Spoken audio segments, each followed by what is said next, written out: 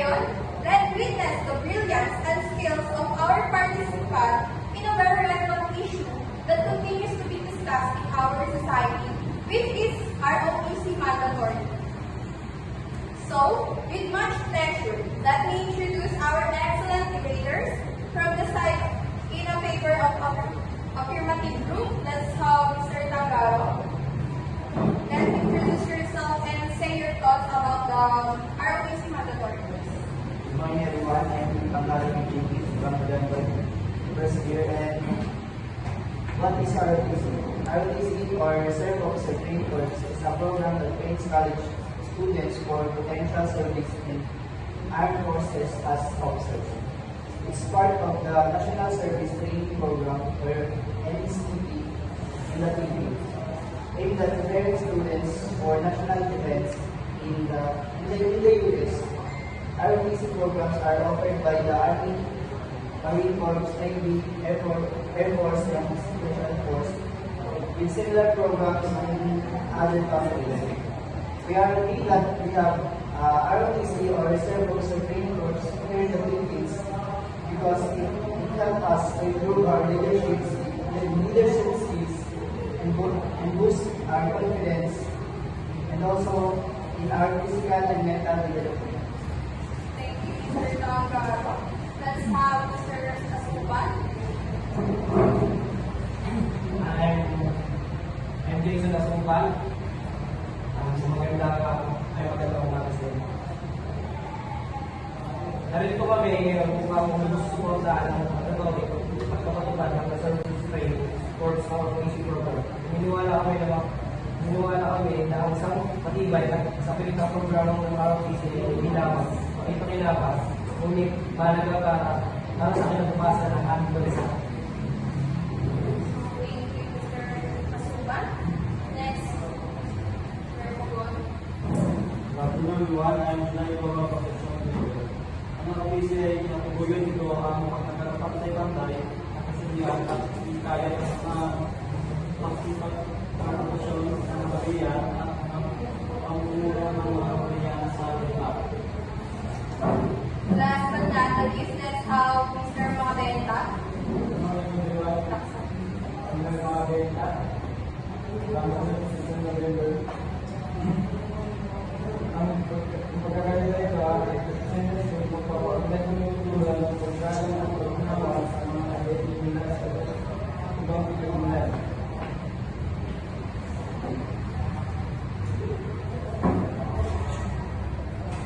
Thank you for affirmative group. And from the side against the ROTC mandatory, let's have Ms. Ibanez. Good day everyone. I'm Christine Ibanez from 7 November, Mercy College. Isa rin ang name kasi may mga dito na maraming magkatalang magulang. Hindi sa mandatory ROTC na may pagtrabaho sa karapatan ng mag-aaral. Nakulit ko na sila sa may-ari sa kanyang programa. Ang pagpataw ng isang programa ng itas sa karapatan, hindi na nagpapalitan ng kawalan ng eskwela sa kanyang paglayan. Napagpapataw ko na ng ulit dito ang opisyal ng ng halos na For sharing your thoughts, Ms. Ibanez. Let's have Mr. Makapalo. Good day everyone.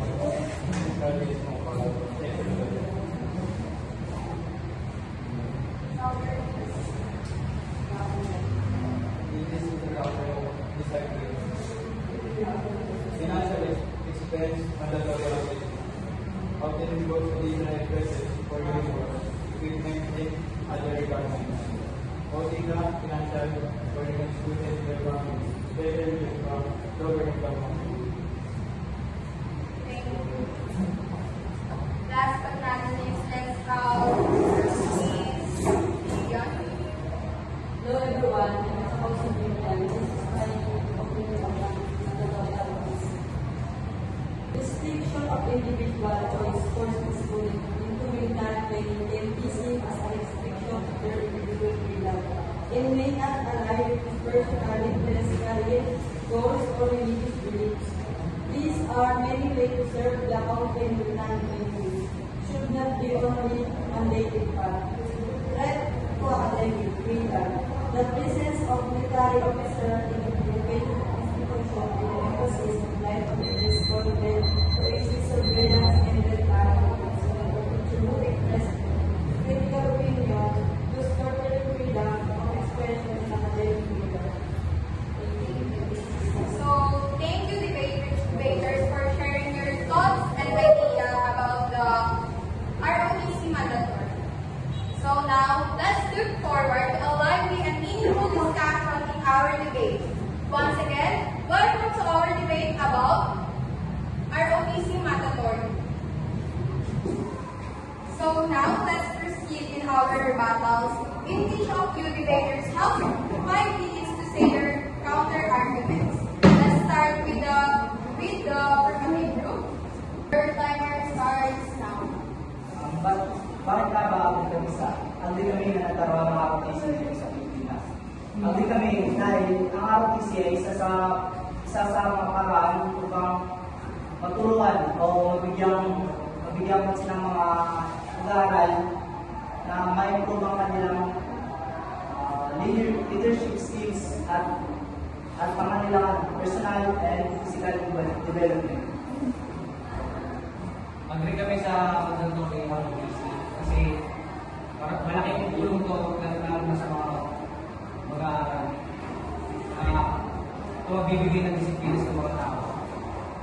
Ang bibigay sa ROTC na ito ay posibong magkakasipong kapag upang naasa pa ang mga pagkakaroon. Kasi kami sa mandatory ROTC dahil ito ay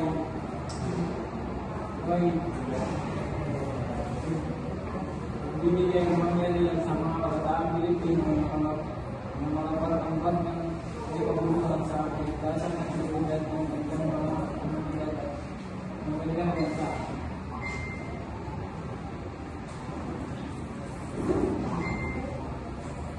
About 3 minutes and 45 seconds.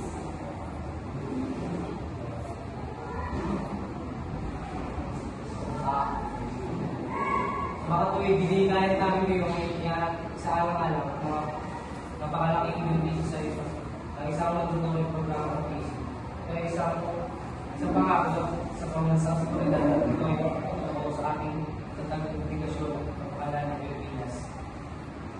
Ang ROTC ay isang malaking bagay upang handa tayong lahat sa posibilidad na mangyari sa Pilipinas. Ang ROTC ay nagbibigay ng kaalaman upang nagkaroon tayo ng kaalaman about sa kakatao pagiging handa sa sarili. Dagdag na pasalan sa mga estudyante ang kanilang dahil hindi na identify ng O tama ka, hindi pa lahat ng ROTC na iniinayat natin. Yung mga gusto lang magalong iniinayat natin. Tsaka yung mga kailan. Hindi mo nga yung nagkaya na estudyante. Ang ROTC nga yung mandatory, nasa batas na yung mandatory ang ROTC. Hindi mo pwede sabihin na hindi ko naman kayo hindi kaya. Eh, mandatory yun.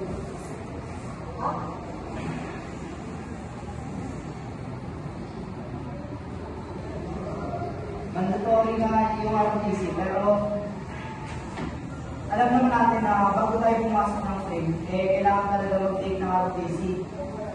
Dapat doon pa lang, sa pag-decision mo pa lang na kung anong kukunin yung course, alam mo na may ROTC. Hindi lang naman sa akin may ROTC. Lahat ng lahat ng atin, focus na may ROTC. ang mandatory ROTC ay hindi tungkol sa militarisasyon. Ito ay tungkol sa responsibleng pagkamamayan tungkol sa pagbigay kapangyarihan sa mga kabataang Pilipino. Paano nyo nasabi na kailangan ng mga estudyante ng mga may mga ilang estudyante din naman na may mga personal na nila tulad ng mga nagsusulat sa kalusugan. About naman sa kalusugan, hindi naman namin pinipilit yung nag-ROTC na paperform sa kanila, kunyari, exercise. hindi naman namin pinipilit na kung hindi nila kaya, mag-perform ka dyan. Gawin mo yan, gawin mo to. Kung hindi nila kaya, excuse naman namin sila. Wala namang sakulitan sa ROTC. Kaya nga hindi rin nila na-experience yung ROTC kasi lagi nila yung question ba nila lang.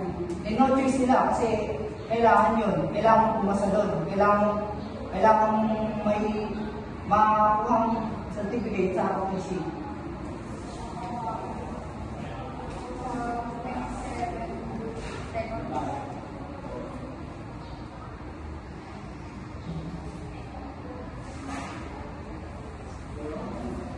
So let's move on. Let's start with the thinking.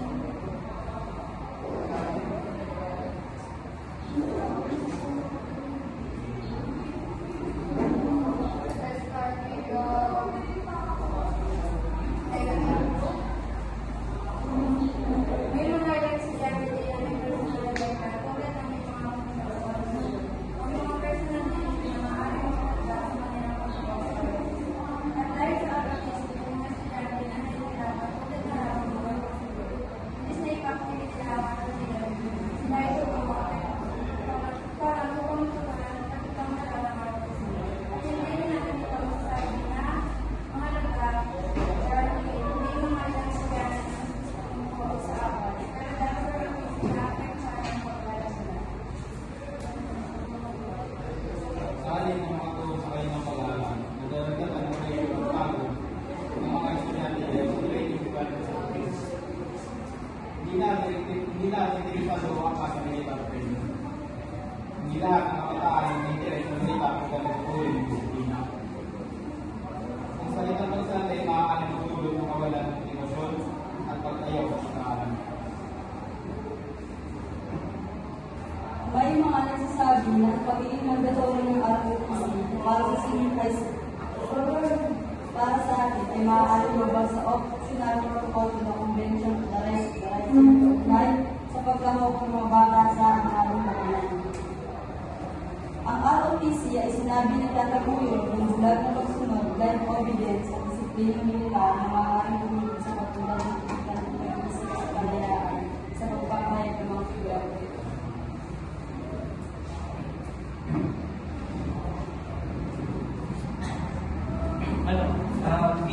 Hindi naman lahat na sinasabi mo na hindi skip or be student na is hindi ka makakapag-ROTC. Hindi ka makakapag-ROTC. Tsaka hindi naman mahirap gawin. Hindi yung lahat ng pag-aano sa ROTC. Kaya mas kakayanin mo naman.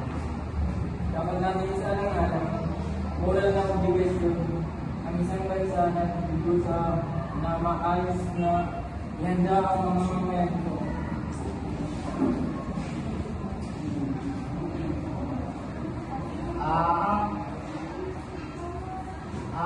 Ang ROTC ay hindi naman ito sa pilitan.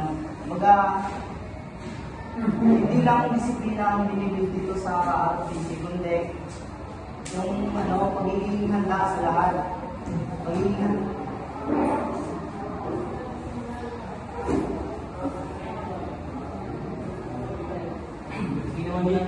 Hindi nga sabihin ka ng ROTC mo, sabihin mo ang kurso, hindi ko lang ginayot ko yun. Nakasalangan na. Lahat ng mga mamamayang sa isang bansa, mayroong isang responsibilidad sa ilang bansa dahil ito ang kanilang lupang sinungalan. Kailangan nito pakinggan ang kanilang buhay para sa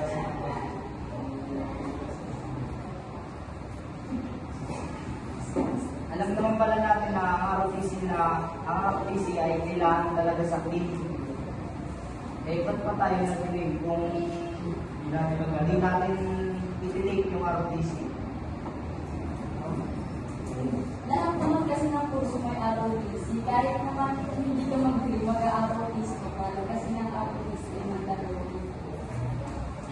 Kaya kailangan ko ROTC para araw tayo ng disiplina.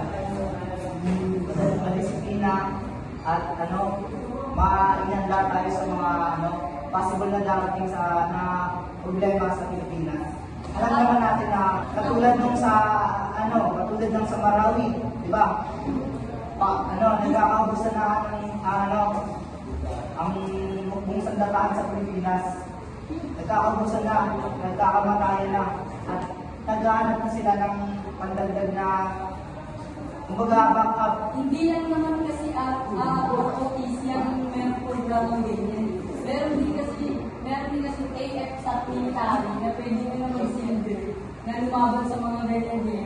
Ang tinutukoy ko, kumbaga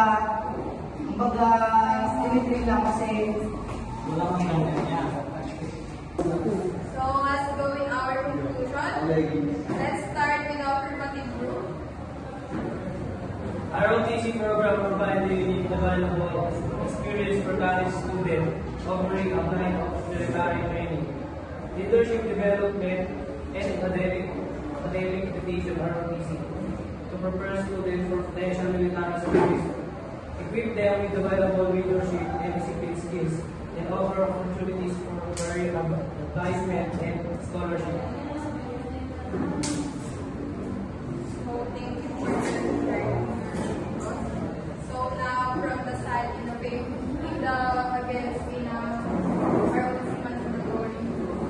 The mandatory introduction of RTC Reserve Officer Training Corps into school has been with signifying opposition and concern related to potential negative impacts on students well-being in academic freedom. Critics argue that maaari humantong sa isang kultura ng militarisasyon at gansan, potential na lumabag sa mga